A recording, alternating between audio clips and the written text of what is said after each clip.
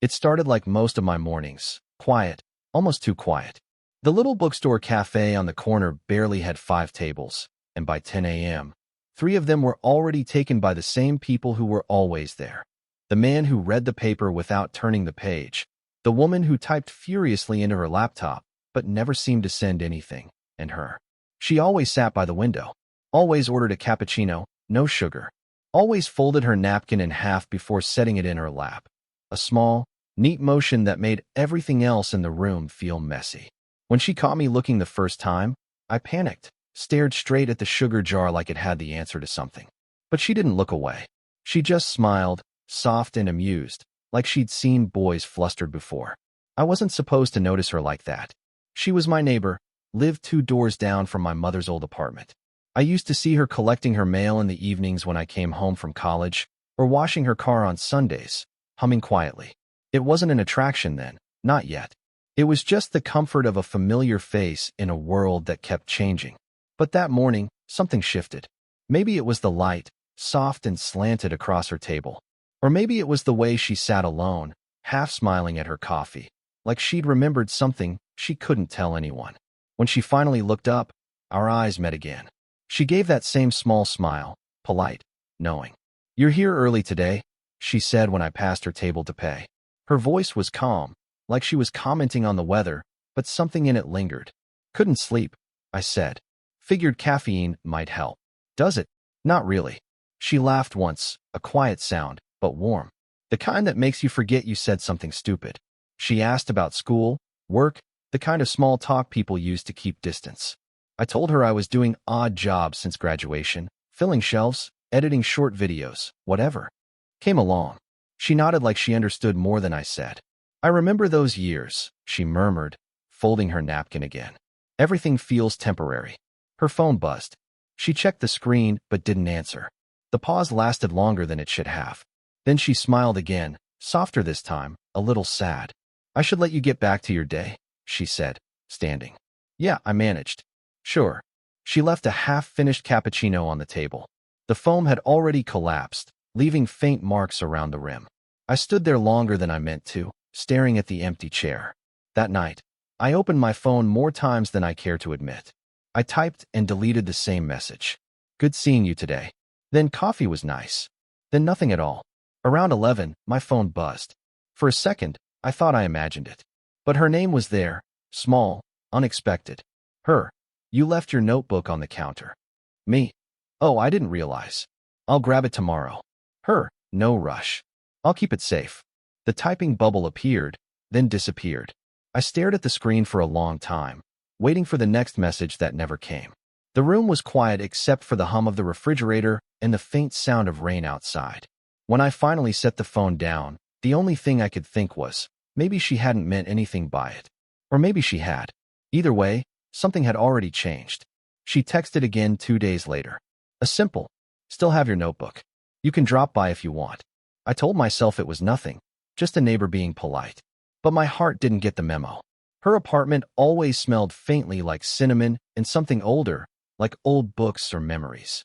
She wore a soft gray sweater that slipped slightly off one shoulder, casual in a way that didn't feel planned. The television was on mute, a news anchor talking to no one. She handed me my notebook with a small smile. "I didn't peek," she said. "I didn't write anything interesting."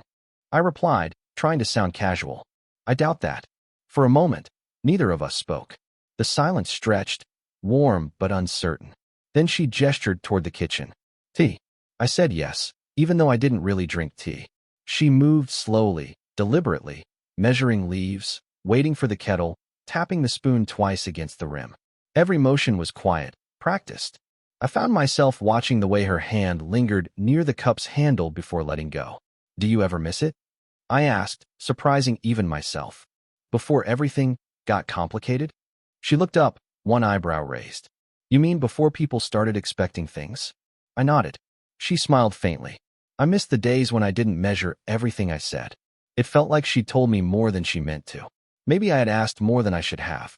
The kettle clicked off. Steam rose, curling between us. She poured the tea and sat across from me, her elbow brushing the table edge. "You were friends with my son, weren't you?" she said suddenly. "Yeah," I said. We used to play basketball after school. She nodded, looking down into her cup. He's abroad now. Germany. I don't hear from him much.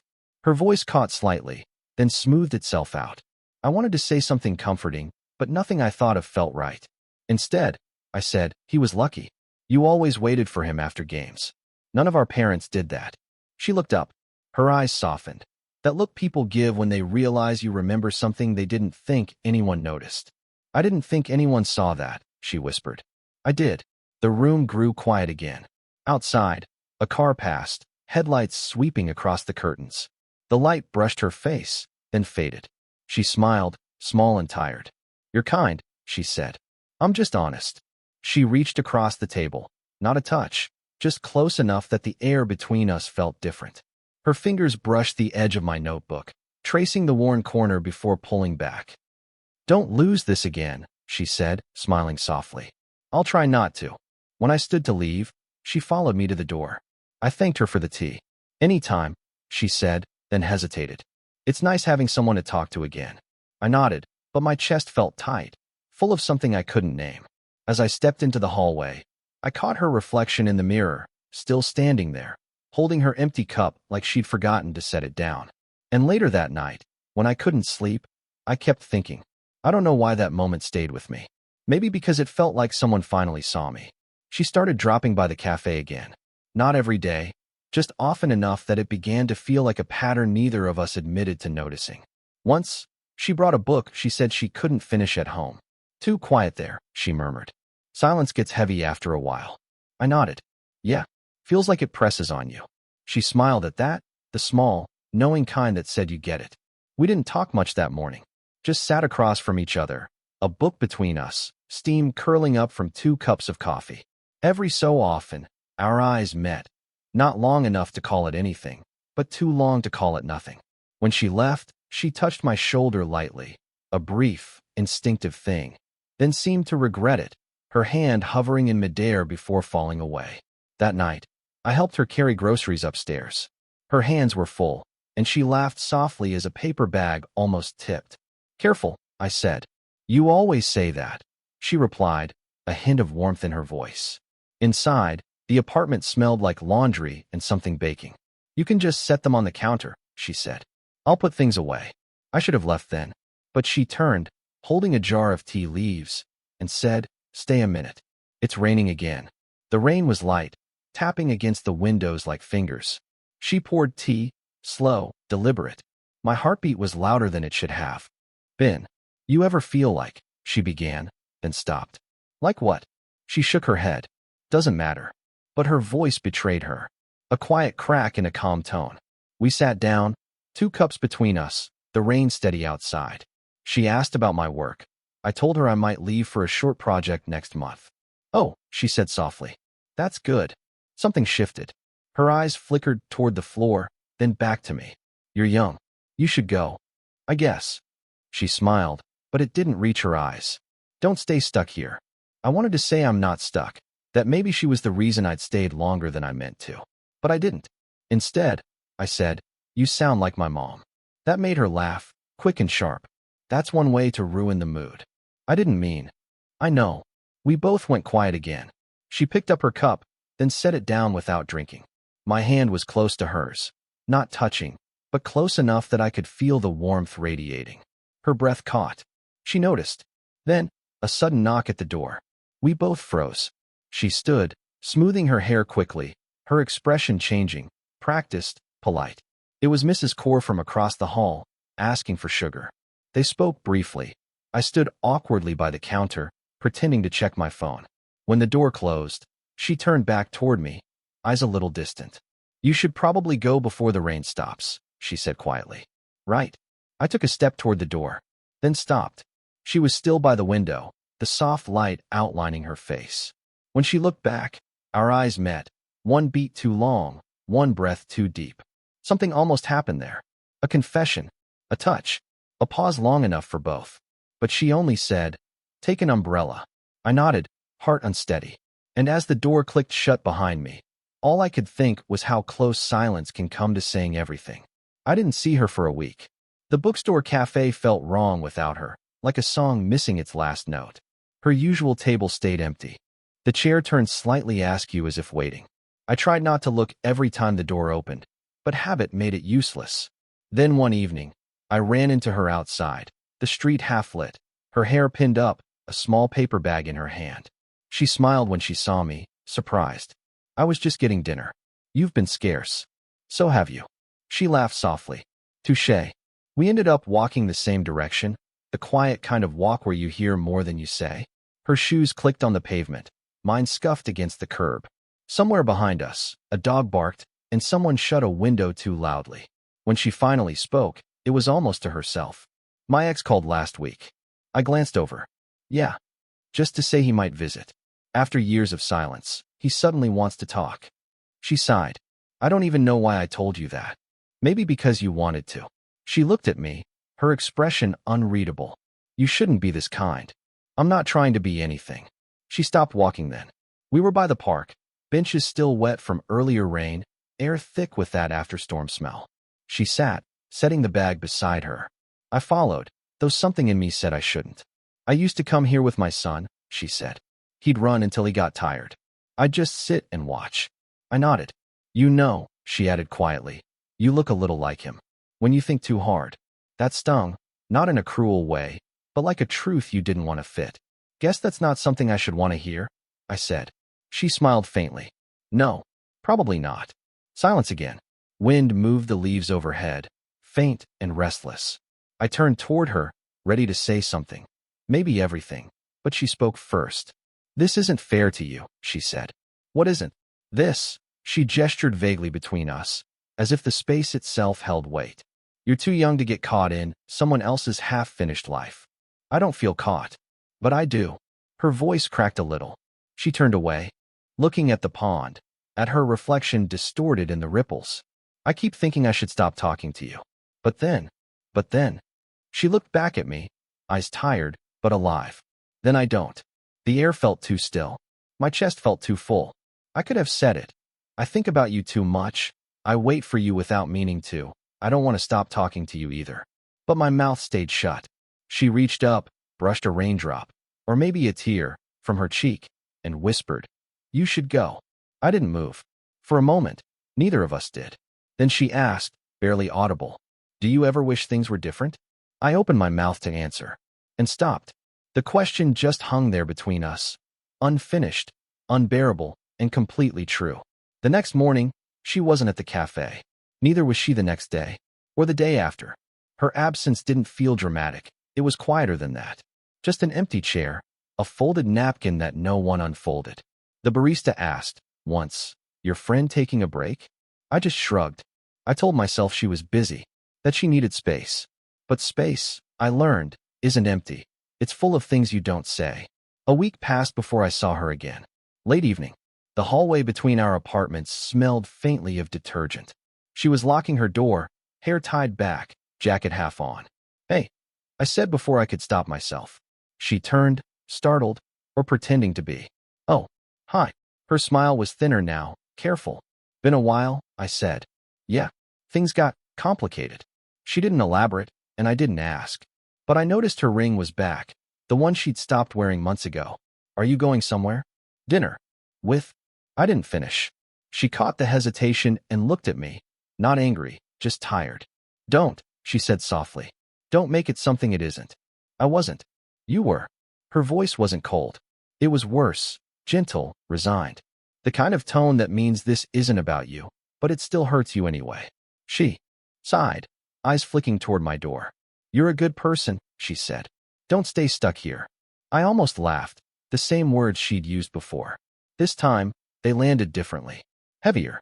When she left, the air in the hallway felt different. Hollow, like someone had taken the sound out of it. Days blurred again. I stopped going to the cafe. Couldn't stand the window seat. I found myself walking by the park one afternoon. The bench where we'd sat was empty, wet from morning rain. A small bird hopped along the railing, unbothered. She texted that evening, the first message in days. I saw your mother today. She said, You're thinking about moving out soon. I stared at it, unsure if it was small talk or goodbye. I typed 3 times, erased 3 times. Finally wrote, Yeah, just figuring things out. Then deleted that too. I didn't send anything. Later that night, I saw her car parked outside her apartment. Lights off, curtains drawn. For a moment, I thought about knocking, just to ask if she was okay, or if we were. But my feet didn't move. There are silences that protect you, and silences that undo you. I wasn't sure which one this was. From my window, I could see her porch light flicker once, then go dark. I don't know if she saw mine still on. But standing there, staring into the quiet, I realized something. I didn't feel heartbroken. I felt paused, like life forgot to finish the sentence. It had been nearly a month. I'd convinced myself I was over it, that it was just a strange detour, a story I'd one day tell half seriously. But that wasn't true. Every time I walked past her door, I slowed down.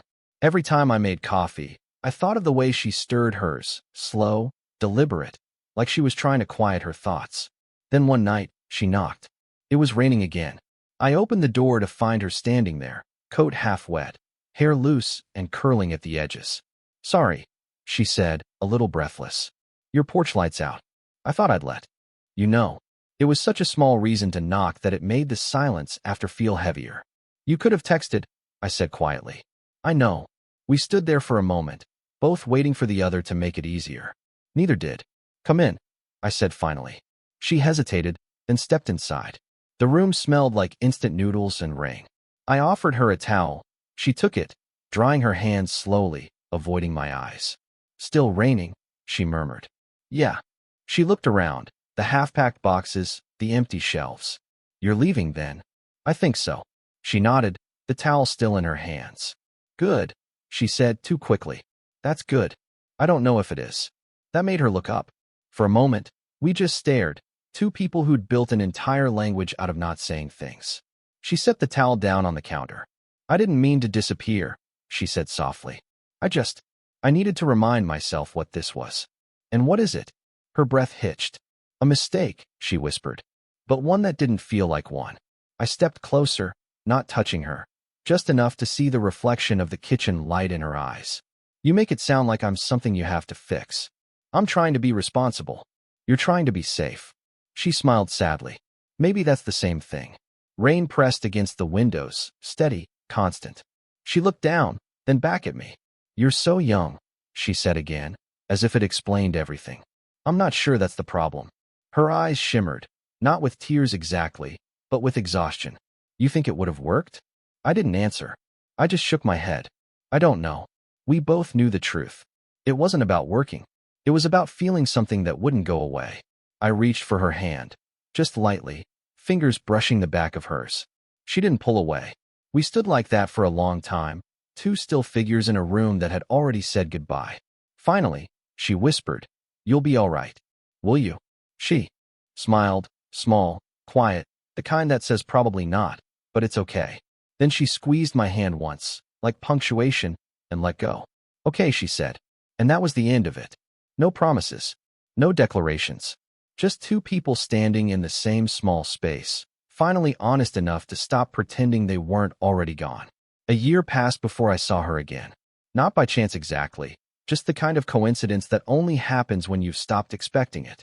It was 8:47 a.m. at the same little café, the one that still smelled faintly of roasted beans and rain-soaked wood.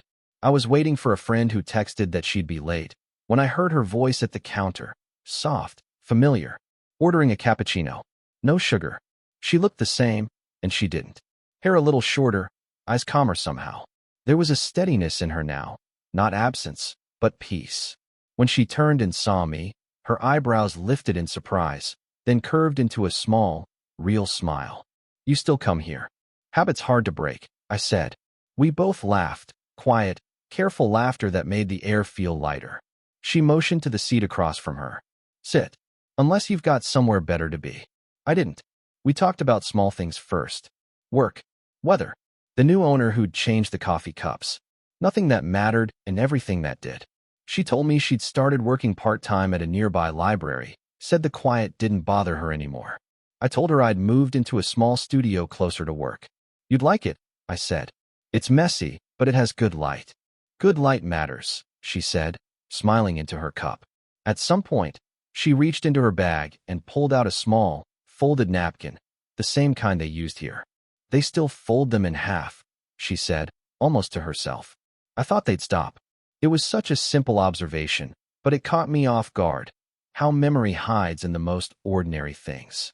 We sat there for a while, the quiet between us softer than it used to be. Not heavy, just real. When we left, the morning had turned bright, the kind of clear light that makes everything sharper, more forgiving. She walked beside me until the street forked. At the corner, she paused. You still drink tea? Sometimes, I said, when coffee feels too loud. She laughed. You always had a strange way of saying things. Still do. She hesitated, then reached out. Her fingers brushed mine in passing, a familiar, wordless gesture. You're doing okay, she said quietly. So are you. For a second, she looked at me, not searching, not remembering, just seeing. Then she nodded once, simple and sure. Good. And just like that, it felt finished, not undone, not forgotten. Just finished in the way something true can be. Still there, but no longer aching. As she walked away, she turned once, smiling that same half-smile from years ago, the one that started everything. I smiled back, just as quietly. Funny thing about light, it always finds a way back in. Did this story stay with you? What kind of quiet, real love stories do you want to hear next? The ones that end in peace, or the ones that never quite let go?